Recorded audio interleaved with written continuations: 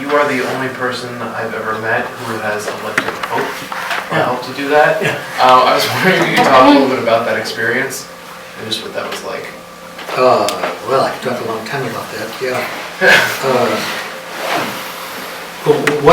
What intrigues you about I'm pretty intrigued about just the whole process of, I mean, I know when I was in high school, we watched on TV as closely as we could, always waiting for the smoke to come out. And I guess, I know you can't really divulge anything about what happens inside the room, but I wish you could. So that's probably what intrigues me the most. But basically, just to the extent that you could, I guess, talk about the process, anything you can really talk about. Well, the process, you can talk about the process on the Vatican website. Yeah, I know. Okay, so let's talk about the process, I guess.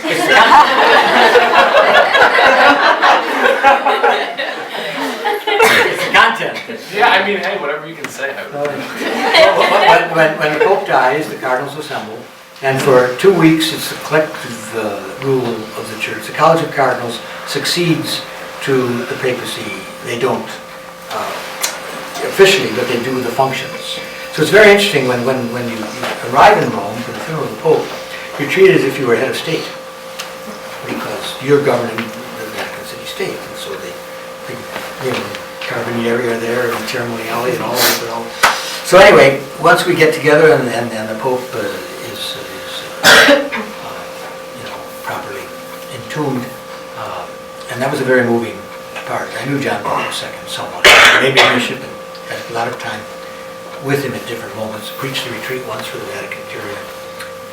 It's something to preach to the Pope. I mean, that's not, that was intimidating to say the least.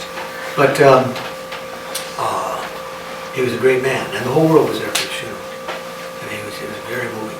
Everybody, from heads of all religions, heads of all states, at least somebody representing them. So that was one tremendous experience.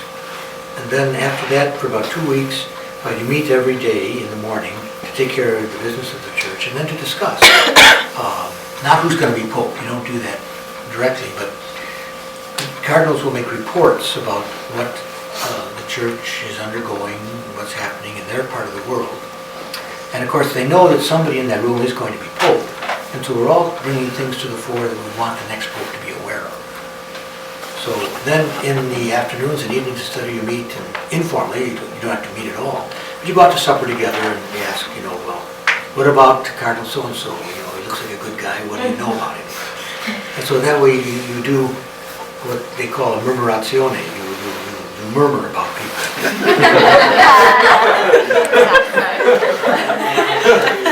You try to find out something about people, because we know each other, but not in any depth for the most part. I know the American Cardinals, some of the South American Cardinals, and some of the European Cardinals. I traveled for 12 years as part of the governments of the order, so I knew a lot of people, but still you know them superficially. You know them from meetings, you go to Rome for meetings, well, you know how he acts around a table. You don't know who he really is, or if he would be a good pope. And so you ask questions of those who know them personally. And you try to figure out who the candidates are, really. And you get some idea, but you don't really know who the major candidates are until the first ballot takes place. At that point, then you know, oh, okay, then you know where the support lies. You don't know who's voting for whom, but you know who has support and who doesn't. And that clarifies everything. Before you go in for the first ballot, there's a mass in the morning in St. Peter's Basilica, and the public is invited to that, to pray for the Holy Spirit to come upon the conclave. And then you go, everything is done by seniority. Your seniority comes from when you were named a cardinal, when you became a member of the College of Cardinals. So always, I have, well, he's dead now. I used to have the Archbishop of Lviv for the Ukrainians, which is Western Ukraine, which is more Polish than Ukrainian. And so he was a philosophy professor. We spoke French. We used to talk about Sartre. And then on my other side, there is the Archbishop of Mexico City, Roberto Rivera, who speaks Spanish.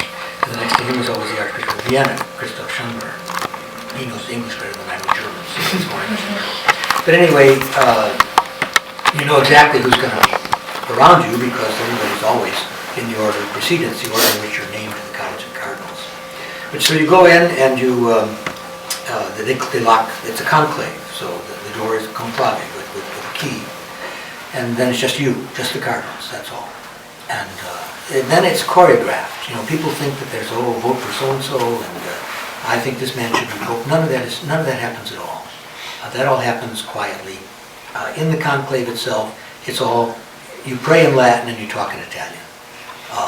That is they start with the Veni Creator, the invocation of the Holy Spirit, and then everybody takes the oath of secrecy that you talked about, not to say what is actually, what the content of the process is. I'm giving you the process now, and that's public.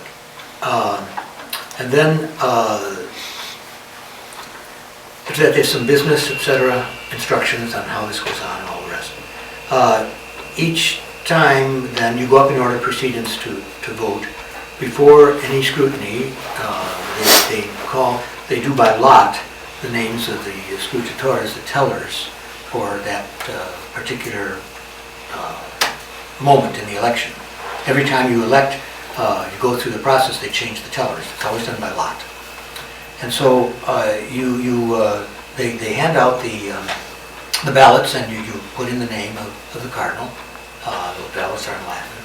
And you go up to the front of the Sistine Chapel, where the altar is. Have you been in the Sistine Chapel? Mm-hmm. Yeah, well, so Moses is, not Moses, but Michelangelo's, your early Michelangelo's painting, his fresco of the creation of the world on the ceiling, and the old Michelangelo's fresco of Christ coming at the end of the world, the judgment that is right in front of you. So you're looking at that, and you have to do the oath in Latin that you are voting for the person who you believe to be the most suited for the job.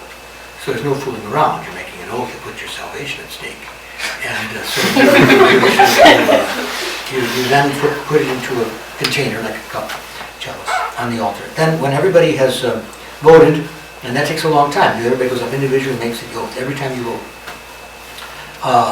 So then they dump the ballots onto the table and they count them out loud. And the one teller counts them, the other two look to see that nothing's going in there. If the number of ballots corresponds to the number of electors, then they will begin to read the ballots. If not, if there's a ballot, number difference between the number of electors and the number of ballots, they just burn it and you start all over. And then if they start to read them, the first guy opens it, the first teller opens it, reads it to himself, passes it to the next one, who reads it to himself, passes it to the third one, who reads it out loud. So that way the other two know that the name that he's reading out loud is really the name on the ballot. It's kind of, they must have long centuries of experience. Unlike Chicago. Anyway, maybe like Chicago. So then at the end, you have a tally in front of you, you can tell her, just wait till the end and they announce the results. At the end of that first ballot, you know who the people are in question. And then it just goes through as many ballots as you need to get to 2/3 plus 1. And so then at the end, when the cardinal was elected, the dean of the College of Cardinals goes to him and says, "Do you accept?" This is all in Latin. And so the Pope has to accept. He's not Pope until he accepts. Once he accepts, he's Pope. And so that's it. He has to say yes, and then usually he'll say something else, I gather. At least Ratzinger did, who's now Benedict XVI.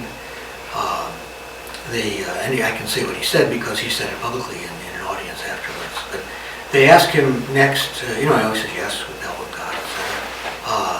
Because Cardinal Ratzinger is not looking for this job. But the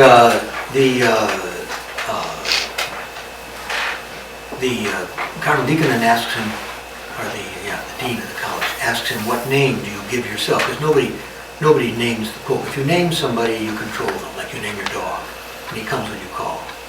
Or you name your child. They can change their name when they're adults, but they're very dependent on their parents, and they receive their name, and the parent calls, they come. Nobody names the Pope, he names himself. He's sovereign. In his person, not the country. The Pope is sovereign in his person. He has no superior. So he then gave the name Benedict, who is the 16th in the line of 265 popes. There were 15 named Benedict. And he gave the reason. He said,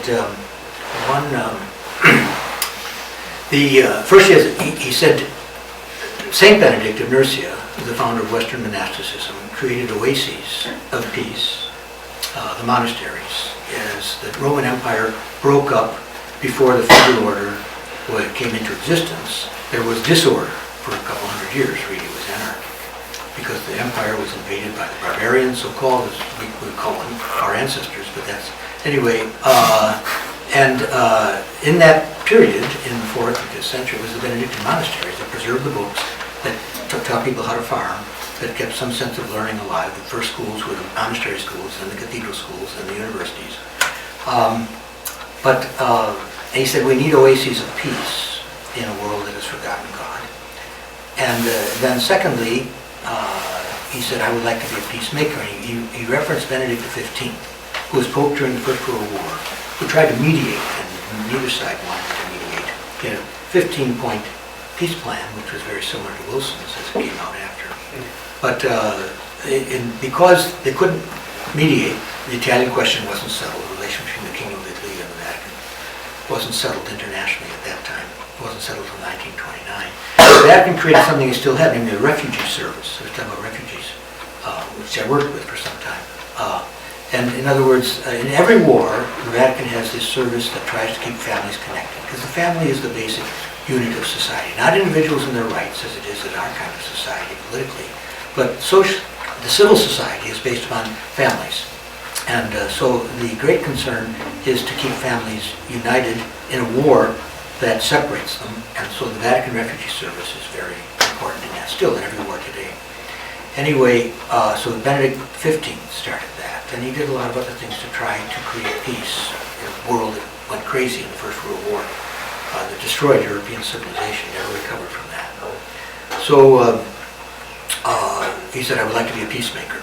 And he's done the best he can, but without huge success, obviously. So anyway, that was his reason for choosing the name Benedict. Basically, peace. Then he goes and changes into his White Castle, and he comes out, and this is the most moving part in some way. I'm touched when I think about it. He stands in front of the fresco of the Last Judgment, where Christ returns to judge the living and the dead. And the head of the College of Deacons of the some are cardinal bishops, some are cardinal priests, some are cardinal deacons, because the clergy of Rome is bishops, priests, deacons. Anyway, and so the head of the deacons, the cardinal deacons, even though they're sacramentally bishops, but he then reads to the Pope the lines from the Gospel according to St. Matthew, you are Peter, and on this rock, and he goes through the whole thing. And Peter's confession of faith, you are the Christ, the Son of the living God. And I tell you, you are Peter, and on this rock I will build my church. It's very moving because there are only 265 people who have heard those words addressed to them in the whole history of humanity. And then we sing a Te Deum. In the meantime, the smoke is white, as you said, and the bells are rung. And so they have about 45 minutes to get to the square. And after that is done, the papers are burned, everything, the Pope is the Pope. He walks out with the cardinals onto the loggia of St. Peter's Basilica, the facade overlooking the square. And all of Rome comes in. It's not the foreigners, it's not the people who are there for the funeral of John Paul II. It's Rome, because they're greeting their bishop.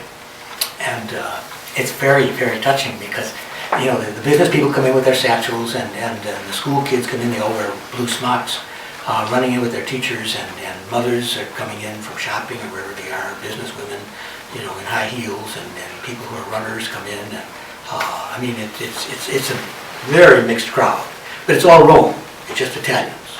And then the Carabinieri come out and they play the papal hymn and the Italian national anthem too, and the Swiss Guard come out and do their first salute to the Pope they sworn to protect. So it's a very moving scene. And there you are. If you want to touch Peter, there he is. Go touch him. And so yeah, it's a very moving experience. I never thought growing up in the northwest side of Chicago I'd ever do something like that. It was as that answer your question? Yeah, beautifully, thank you.